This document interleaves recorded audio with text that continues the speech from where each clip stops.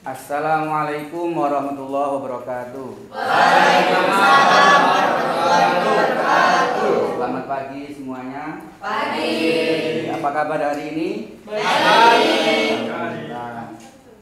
Terima kasih atas kehadirannya kita pada pagi ini. Hari ini saya sangat bahagia bisa berjumpa kembali dengan mahasiswa PAUD semester 2.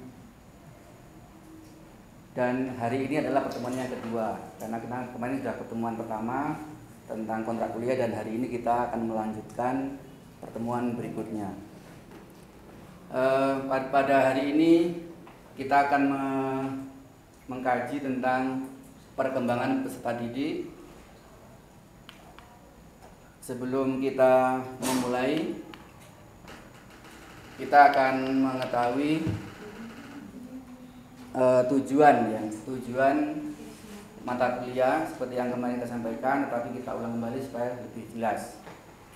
Tujuan mengikuti mata kuliah agar mahasiswa memiliki pemahaman secara komprehensif tentang konsep dasar perkembangan, baik itu hukum atau karakter perkembangan dan fase pertumbuhan setiap manusia dari lahir sampai tua.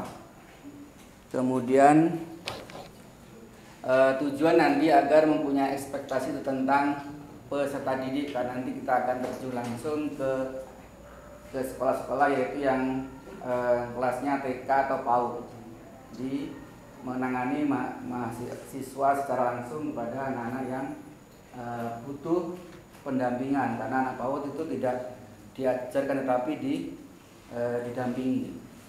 Kemudian dapat merespon perilaku peserta didik secara tepat, membantu mengambil adanya penyimpangan yang terjadi pada peserta didik, kemudian membantu memahami diri sendiri. Jadi kita sebagai guru nantinya ketika sudah lulus harus mengetahui profesi kita sebagai apa dan apa yang kita lakukan. Silakan masuk.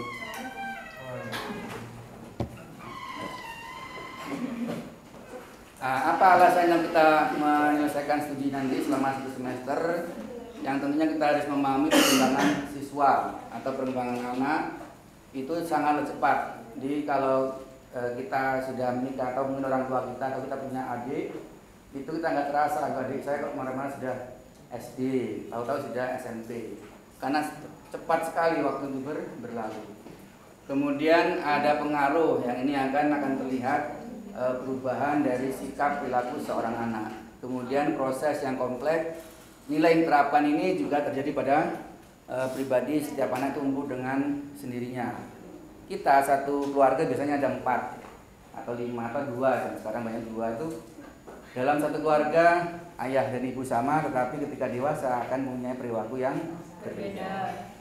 Itu adalah karakter bawaan lahir, karena setiap kita mempunyai kelebihan dan kekurangan, sehingga kita sebagai orang yang normal harusnya bisa memahami apabila ada anak yang sedikit tidak normal.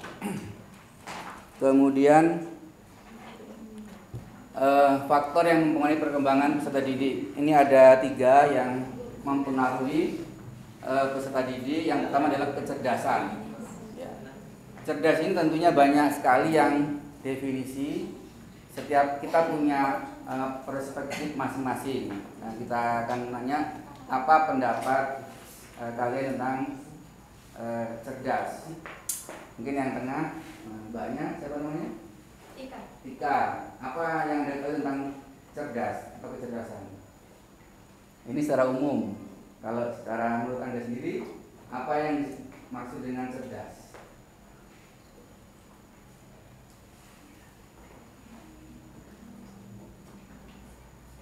Cerdasan boleh, tidak apa-apa, sesuai yang kita pahami. Kalau cerdas ini seperti ini Pak. Pintar. Memiliki kemampuan yang lebih dari yang lain. Mampu menyelesaikan masalah dengan tepat.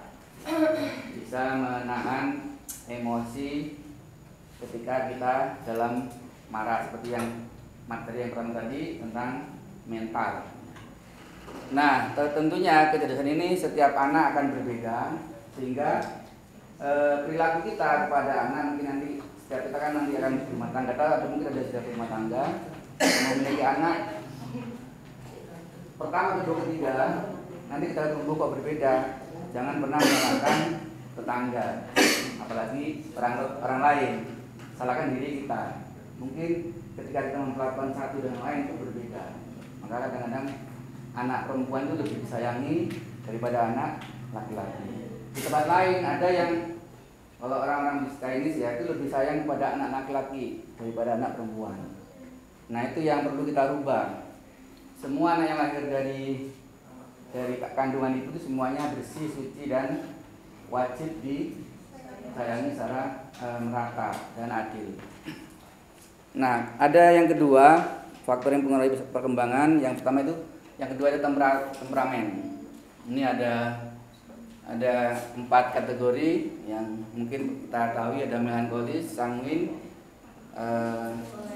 koleris, plekmatis.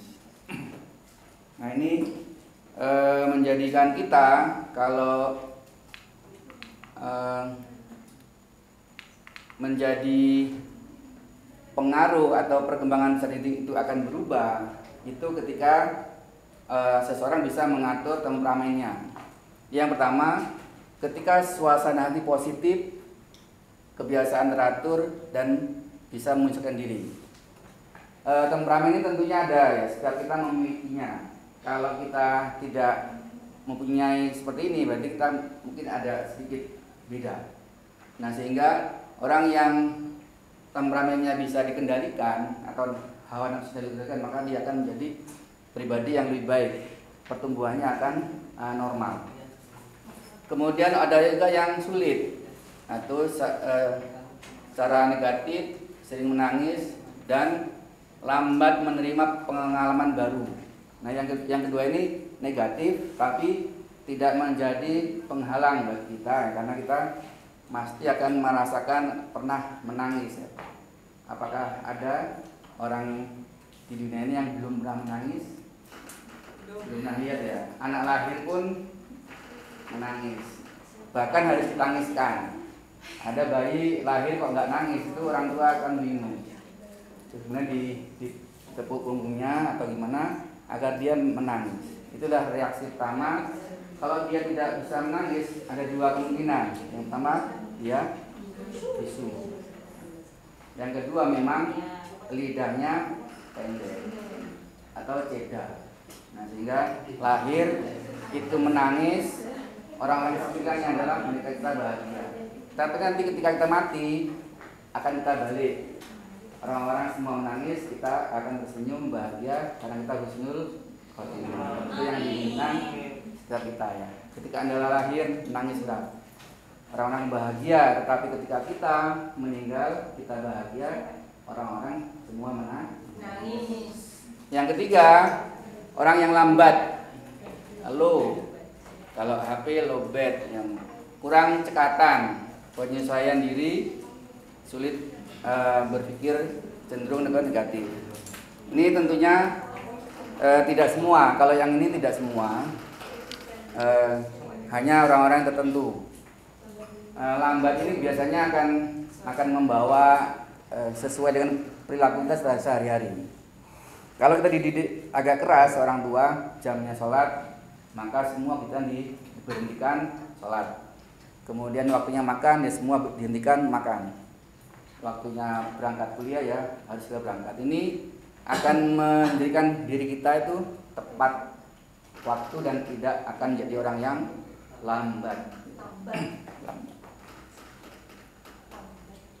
Nah yang ketiga, yang faktor yang mempengaruhi perkembangan statistik yaitu interaksi.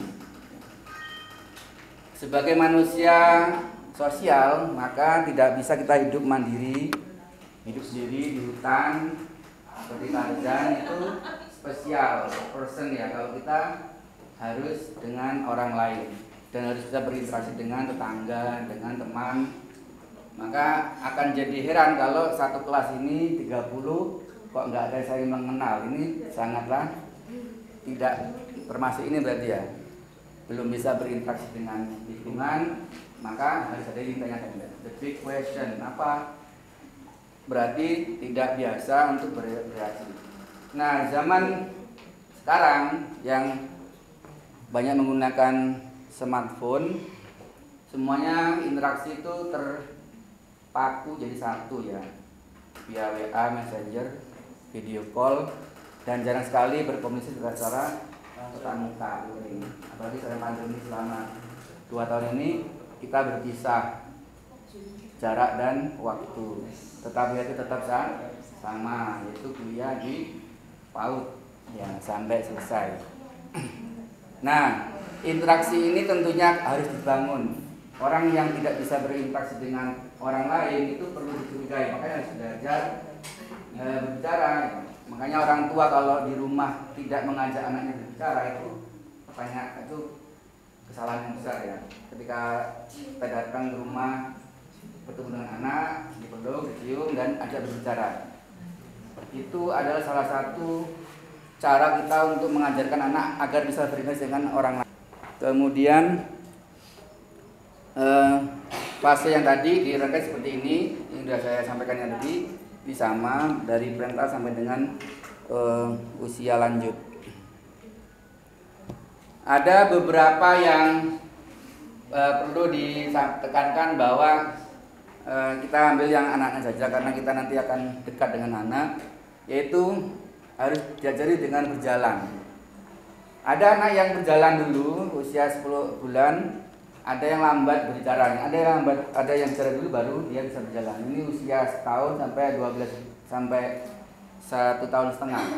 Nah, kalau 1 tahun setengah dia belum bisa dua-duanya, ini ada something wrong. Secara medis, anak udah 1 tahun setengah kok belum bisa berjalan, ini ada sesuatu yang salah. Ya. Mungkin kelumpuhan atau yang lain perlu disampaikan kepada dokter yang ahli bidang anak-anak.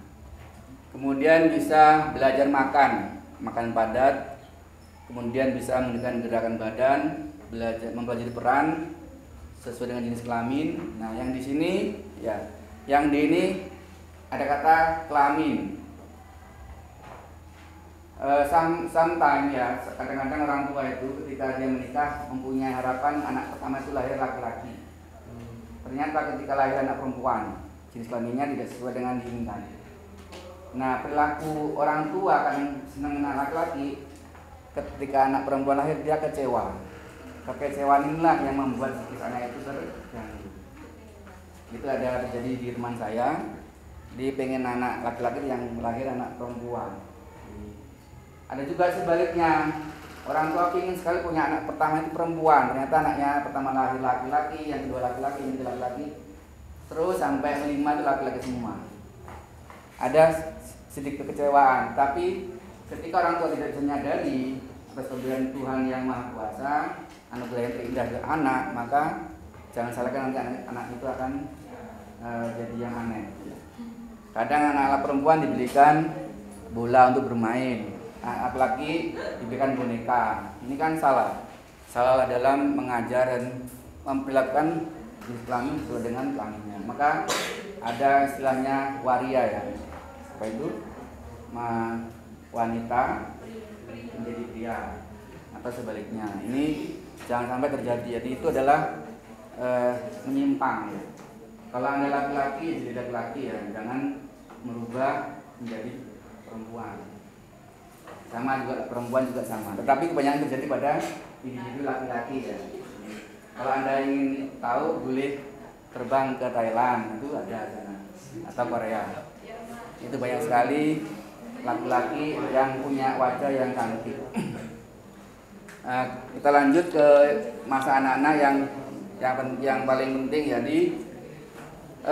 tentunya ada perubahan badan jenis ya.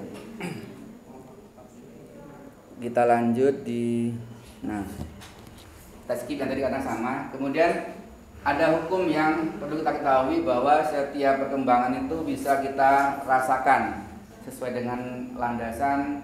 Kalau kita Islam ya jangan lupa diberi pendidikan Islam yang baik. Kalau agamanya Kristen ya dikasih pendidikan tentang agama Kristen dan sebagainya.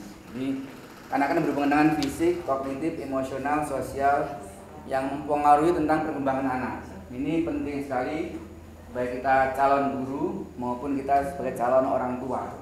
Jadi Jangan pernah berpikir, Pak, saya tidak ingin menikah. Itu karena saya nggak ingin punya keturunan. Itu salah besar.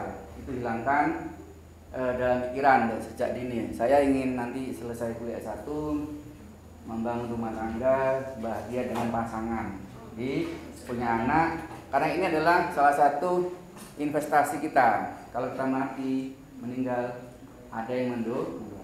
Kalau kita nggak punya anak, siapa yang mendoakan? Kita. Jadi itu yang makanya penting bagi kita untuk mempelajari hal yang seperti ini. Ini saya skip. Menurut pakar nanti ada dibaca nanti. Nah, aspek pertumbuhan perkembangan individu. Yang pertama adalah pertumbuhan fisik sebelum lahir dan pertumbuhan setelah lahir. Ada intelek, emosi, sosial, bahasa, bakat, sikap, nilai dan moral. Kita ambil yang paling terakhir adalah moral. Kenapa penting untuk moral? Perkembangan zaman boleh maju saat mungkin ya. Point 0, point 5. Sekarang ya, kemarin 0.4. Sekarang masuk ke 0.5. Itu boleh berubah, tetapi ada yang tidak boleh berubah, yaitu moral. Akhlak harus tetap dijaga. Jangan sampai kita berubah dari ideologi kita sebagai seorang anak bangsa, yaitu bangsa Indonesia. Boleh kita punya kecerdasan seperti Albert Einstein, tetapi moral kita tetap seperti Nabi Muhammad.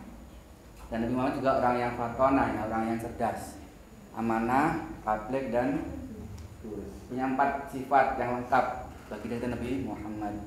Nah, sehingga nanti akan kita belajar tentang bagaimana kita bisa memberi atau bersikap menjadikan pribadi itu yang lebih baik, khususnya moral.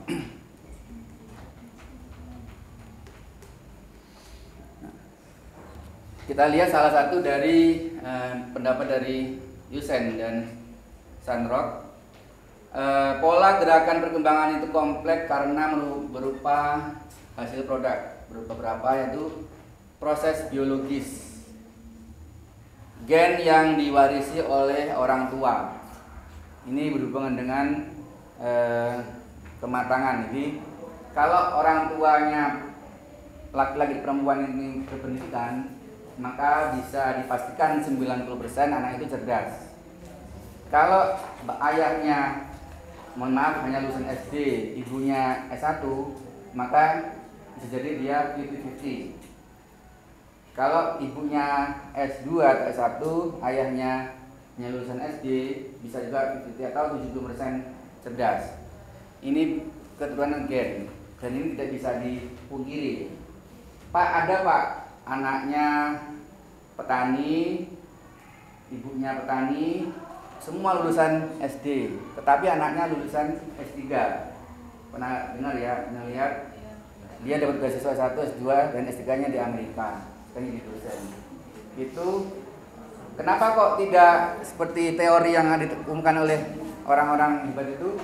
Nah, di sini perbedaannya di mana? Kenapa anak itu bisa cerdas, pandai, meskipun orang tuanya tidak lulusan SMP? Karena anak itu dididik dengan baik sama orang tuanya. Diberi arahan bahwa pendidikan itu sangat penting dan jangan pernah berhenti karena ekonomi.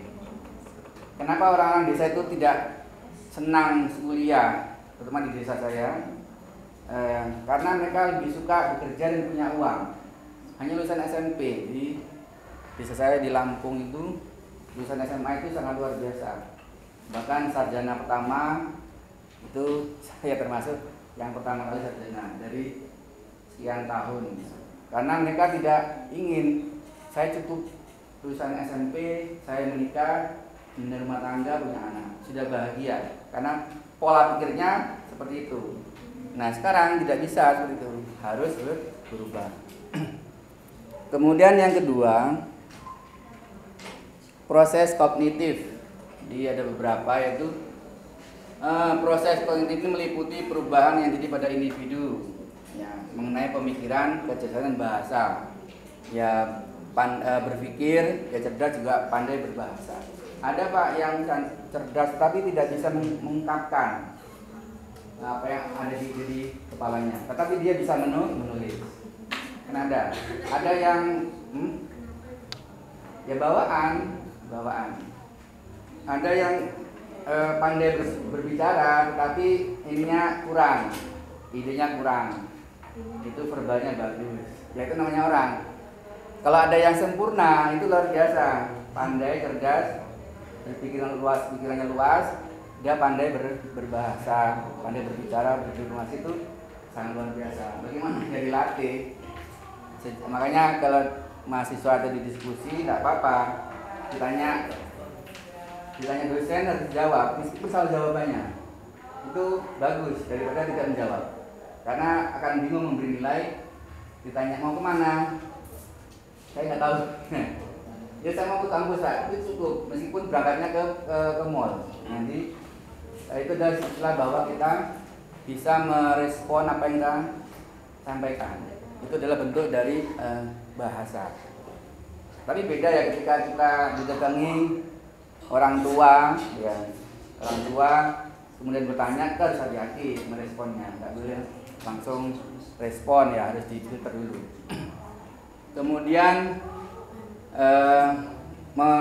kognitif mengacu pada perubahan pola kemampuan berpikir, kemahiran bahasa. Nah, kemahiran bahasa ini kayaknya dari usia setahun tadi, setahun 2 tahun, kalau dia sudah bisa mengambil beberapa kosakata, bahkan bisa diajarkan 3 bahasa.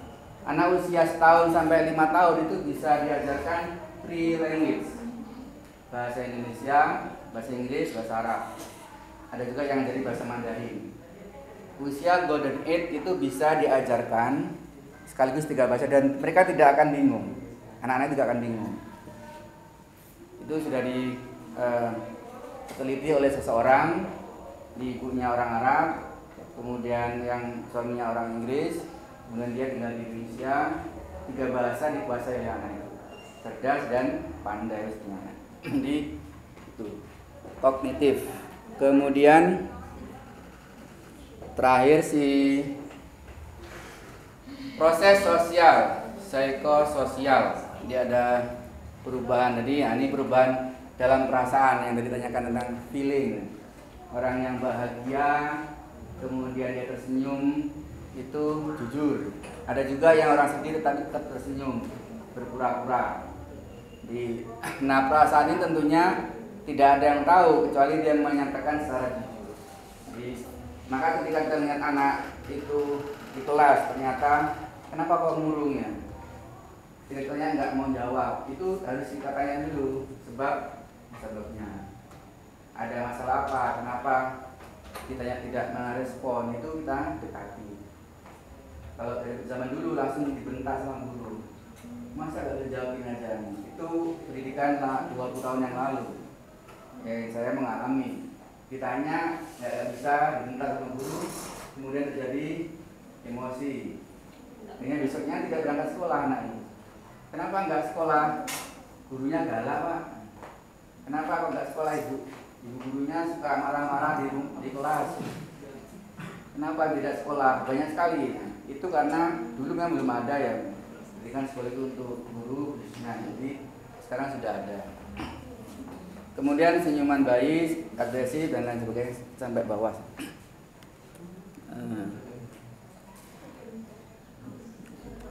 Ya. Sebelum akhir ya kita lihat di hal-hal yang mempengaruhi dari beberapa hal yang disampaikan. Yang pertama, dalam perkembangan pribadi anak dapat berkembang karena dari hasil pengalaman yang anak peroleh. Nah, di memori anak itu akan terekam dan tidak akan hilang. Apakah Anda itu di usia 5 tahun ke sini ya, kalau 4 tahun ke bawah biasanya lupa. Ketika kita mendengar orang tua bertengkar, ketika usia kita masih di kelas 1 itu akan teringat sampai sekarang. Ketika ada orang tua kemudian marah-marah, kita masih ingat. Ketika kita masih usia 6, 7 tahun sampai 15, sampai sekarang masih ingat. Maka di usia itu diusahakan anak itu dapat input yang baik perilaku maupun bahasa yang kita lontarkan. kemudian kegiatan belajar perkembangan didik, kemudian keturunan menuju pada faktor hereditas seorang individu, misalnya tinggi badan, bentuk wajah, gender, temperamen, komposisi.